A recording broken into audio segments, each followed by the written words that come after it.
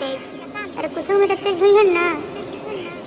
अरे दुल्हा के बहिनी ना पढ़े में तेज, ना पढ़ावे में तेज, खाली नौ नौ गो लइका पटावे में तेज। चला देखे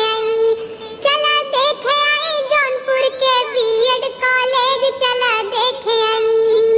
अरे दुल्हा के फुआ के ननदइया भतार, बहनोइया भतार, ट्रक या टेम्पू के ड्राइवर भतार, चला देखे आई। चला देखे आई जौनपुर के बीएड कॉलेज, चला देखे आई।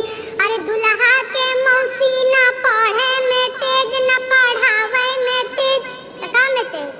अरे दुल्हा के मौसी ना पढ़ाई में तेज, ना पढ़ावे में तेज, खाली नौ नौ गो लइका हो खावे में तेज। चला देखे आई, चला देखे आई जौनपुर के बीएड। अगर वीडियो अच्छा लगे तो लाइक और सब्सक्राइब जरूर करें।